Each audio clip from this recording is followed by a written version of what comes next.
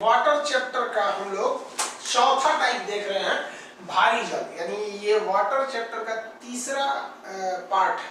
Part 1 में हम देखें आसुत जल और मृदु जल, पार्ट 2 में देखें हम लोग कठोर जल। अब पार्ट 3 में हम लोग चौथे प्रकार का जल पढ़ेंगे, भारी जल। भारी जल यानी हैवी वाटर, ये अन्य जल की तुलना में काफी भारी होता है, इसलिए इसको क्या कहते हैं, भारी जल। अब ये भारी कैसे होता है भाई, तो जो नॉर्मल जल होता है जिसको हम लोग H2O कहते हैं, नॉर्मल जल को हम लोग क्या कहते हैं, H2O, इसका जो भार होता है वो 18 होता है। और भारी जल यानी DTO जो होता है, ड्यूटेरियम ऑक्साइड, इसका जो भार होता है वो 20 होता है।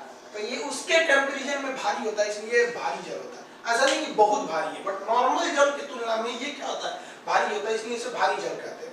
इसका प्रयोग क्या करते हैं, तो ये परमाणु संयंत्र में मंदक का मतलब स्पीड कम करने का काम करता है। आप नॉर्मली देखिए ना, आप ही कहीं भाग रहे हैं दौड़ के, तो परमाणु बिजली घर में बहुत तेज गति से